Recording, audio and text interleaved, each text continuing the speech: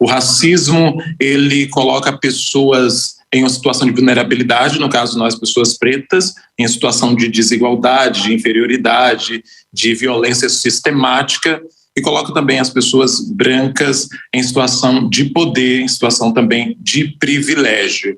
E combater esse mal, combater esse problema grave, é um dever de todos nós, não somente de pessoas pretas, mas também das pessoas brancas.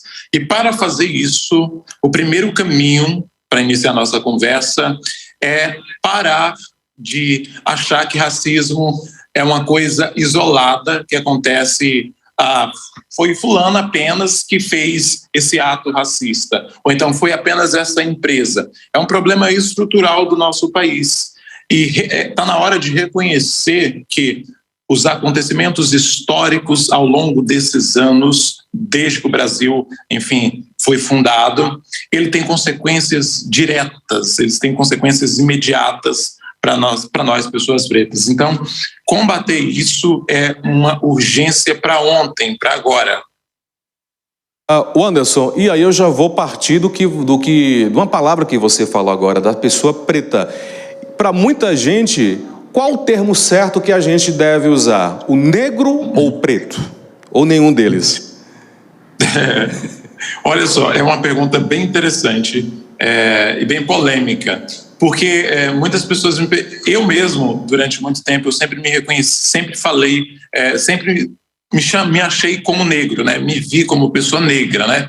E até hoje, muitos pretos, enfim, pessoas de pele preta, eu vou explicar por que eu falo isso, elas não veem problema de falar negro, eu sou negro, negão, neguinha, etc. Só que, por exemplo, eu estudei muito e continuo estudando as origens das palavras, por isso que eu bato tanto em certas expressões, por isso que eu bato tanto em certas palavras. Então, a palavra negro, ela tem uma conotação histórica não tão agradável. Então, por exemplo, se a gente fala, quando a gente quer falar de coisas que não são tão boas, a gente coloca normalmente essa questão do negro envolvido. Por exemplo, fome negra, peste negra, enfim, a gente coloca isso. Mas eu sei que no processo histórico, aqui no Brasil, os negros, vamos usar aqui os negros, ressignificaram a palavra, né? Então tomaram para si. Por exemplo, a palavra niga, né? A palavra niga, se um branco falar lá nos Estados Unidos, falar essa palavra, um branco, ele vai apanhar, mas os próprios negros lá nos Estados Unidos ressignificaram, e entre eles usam a palavra niga, né? Mas o branco jamais pode usar. Aqui no Brasil foi ressignificado também. Então, Djamila Ribeiro, Silvio Almeida, diversos outros pensadores, pessoas ilustres, usam a palavra negro sem nenhum problema. Eu não gosto. Então, quando a pessoa se referir a mim, eu gosto da palavra preto, né? Porque o contexto quando você faz a tradução de black para o português, normalmente a pessoa coloca negro, só que não, gente. A tradução de black é preto, né? Então, quando eu quero direcionar uma coisa boa, por exemplo, se você tem um carro bom, você não vai falar que o seu carro eu tenho um carro negro, né? Eu tenho um carro preto, né? Um cafezinho preto. Então, normalmente, o preto, ele está sempre direcionado para um lado mais positivo do que necessariamente o negro normalmente é direcionado para o lado negativo. Na dúvida, quando você se relacionar com uma pessoa, eu chamo de negro ou de preto. Chame pelo nome da pessoa, ou então pergunte pela própria pessoa. Qual é o termo que você gosta de ser chamado? Negro ou preto?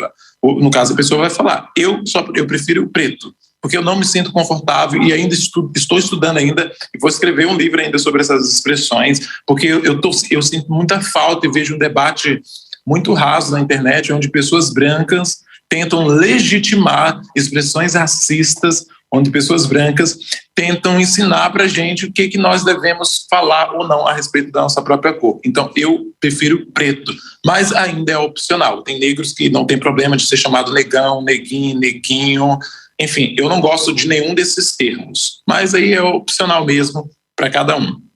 Ô Wanderson, você acha que o trabalho de combate ao racismo aqui no Brasil, ele não está sendo feito corretamente, por exemplo, nas escolas? se fala racismo, negro, a origem, escravidão, mas eu tenho a impressão, olhando à distância, de que ainda é muito raso essa discussão e não está se trabalhando definitivamente a conscientização do papel, né, do preto e desse mal terrível que nós enfrentamos, que é o racismo. Você também tem esse mesmo entendimento? Tenho o mesmo entendimento. Eu trabalhei durante 5 anos como funcionário público, como professor estadual no Espírito Santo e também em Minas Gerais. Eu dei aula de inglês nesse período de 5 anos na escola pública. E eu sempre procurava trazer a questão do racismo, principalmente nesse mês em que a gente tem a consciência negra, né? Eu também não gosto desse termo consciência negra, mas enfim, é uma outra discussão, mas a gente tem esse momento importante no ano para a gente evidenciar e falar das discussões. Eu sempre senti a necessidade de incluir, mesmo sendo aula de inglês, né? Mas eu sempre incluía essa questão de conscientização da população. Infelizmente, no Brasil, nós temos uma população, um povo que desconhece a história do próprio país. E, infelizmente, também, nossos espectadores, pessoas que estão nos assistindo agora, a gente vive em um momento onde as pessoas acham que informação é formação. Então, as pessoas veem um vídeo de 2, 3 minutos no YouTube, veem 2, 3 vídeos, enfim, na internet e acham que aquilo já é suficiente para ela se tornar uma pessoa capacitada. E aí, quando a gente olha para a escola, quando eu vejo essa situação, eu sinto a necessidade de políticas afirmativas para a gente conscientizar mais a população que não conhece. Gente, nós temos aí mais de 55% da população não é branca, é um povo preto. E onde está a representatividade? Onde está esse povo em lugares de poder, vamos dizer assim também? Onde estão os meus irmãos? Eu sempre falo, onde estão os meus irmãos na medicina? Onde estão os meus irmãos no judiciário, ou então os meus irmãos na TV? Então a gente não tem uma representatividade. Onde estão os meus irmãos na política? Então o caminho para a gente fazer isso é através da conscientização e infelizmente nós temos um sistema educacional no Brasil muito precário, muito precário. Nós temos, óbvio, eu conheço vários professores excelentes, eu conheço pessoas que estão trabalhando de maneira constante para tentar trazer conhecimento para os nossos alunos, mas infelizmente a gente vive em um país onde o professor não é valorizado, por isso que eu até saí da educação. Ele não é valorizado e, consequentemente, a gente não vai ter aí alunos pensantes, críticos sobre a realidade do próprio país. Então, infelizmente, as políticas afirmativas sociais nas escolas públicas no Brasil, de modo geral, são bem precárias, carecem de investimento, carecem de um olhar mais humano e empático para essa questão do racismo, que é um problema que muitos brasileiros ainda insistem em negar que existe. Por exemplo, semana passada aqui em Campinas eu fui perseguido dentro de uma loja, o cara ficou me seguindo o tempo inteiro, no shopping aqui. Então, assim, é algo que está naturalizado na sociedade. Então, dentro desse sentido, o racismo é normal. Outro dia, aí, uma loja criou um código para pessoas pretas. Outro dia, não foi em 1950, não foi em 1980, foi outro dia que essa loja criou aí. Semana passada eu sofri racismo explícito na rede social e já sofri outras vezes, constantemente eu sofro, porque é algo que está naturalizado. Então é muito comum, só para finalizar, para não falar muito, é muito comum a gente ver esses casos de maneira muito corriqueira. Por exemplo, se eu pego um reality show de qualquer emissora de TV aí, onde temos 20, 30 participantes, normalmente pessoas brancas, e se eu faço um próximo reality show, só um próximo, né? Não é direto não, um próximo. Se eu faço o próximo reality show com 15 pessoas pretas e coloco 5 pessoas brancas, isso vai ser um escândalo. Vai sair nos noticiários. Olha só, aquela emissora de TV colocou 15 pessoas, mas eu acho que tem que ter igualdade. Enfim, existe um problema estrutural. Por isso que esses casos de racismo, essas expressões por meio dessas pessoas que praticam, seja na TV, seja no supermercado, seja no dia a dia, é preciso combater esse sistema. E é através das políticas afirmativas, através da reflexão, e é o que eu faço na internet, né? Eu escolhi um meio para poder trazer reflexões para as pessoas, para refletirem, obviamente, sobre várias questões. Eu não falo somente sobre racismo, né? A filosofia é o nicho que eu trabalho, ela possibilita a gente repensar várias questões das nossas vidas, e aí eu tenho incluído nos últimos dias essa pauta racial, porque é uma pergunta básica que eu faço para você: quantas pessoas pretas você conhece que trabalham com filosofia e tem perfil de destaque?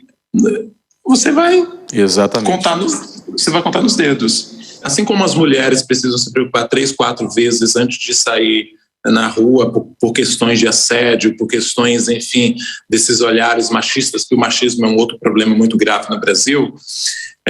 Nós, pessoas pretas, também nós precisamos, pelo menos quem está consciente, quem está acordado, né, porque infelizmente existem pretos que negam a existência do racismo. Olha só o problema tão complexo aqui no Brasil. Para pessoas pretas falarem que não existe racismo. Tem pessoas famosas ainda falando que nós estamos de mimimi, né?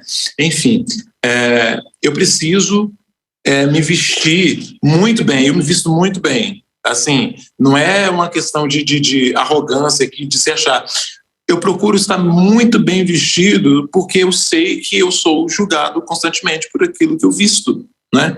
Então eu tenho que andar com documento, então eu tenho evitado e sempre evitei certos tipos de roupas. Eu sempre evito determinados ambientes, mas, assim, os meus sobrinhos, irmãos, etc., obviamente são pessoas pretas também, já sofreram racismo. Eu tenho um sobrinho que ele é todo descolado, coloca boné aqui, enfim, ele é todo malandrão, assim, né? Ele é todo descolado, é um garoto de 20 anos. Ele já sofreu racismo várias, assim, por policiais, né? De parar ele várias vezes, porque é algo já corriqueiro, natural, de você olhar para uma pessoa que tem um determinado tipo de pele e enxergá-la como inferior, como um bandido ou como uma pessoa suspeita. A violência policial, ela se configura nesse sentido constantemente, porque, infelizmente, a formação não é muito boa, mas é uma outra discussão que a gente vai ter sobre a formação policial. E ao ponto de pessoas pretas que trabalham também como policiais reproduzirem também esse preconceito, essa discriminação. Eu nunca tive esse desprazer de ser parado por um policial, mas infelizmente vários outros acontecimentos racistas em Uber, em supermercado, em qualquer outro ambiente, em loja. Recentemente eu fui tomar café também numa loja aqui, sofri racismo explícito, assim.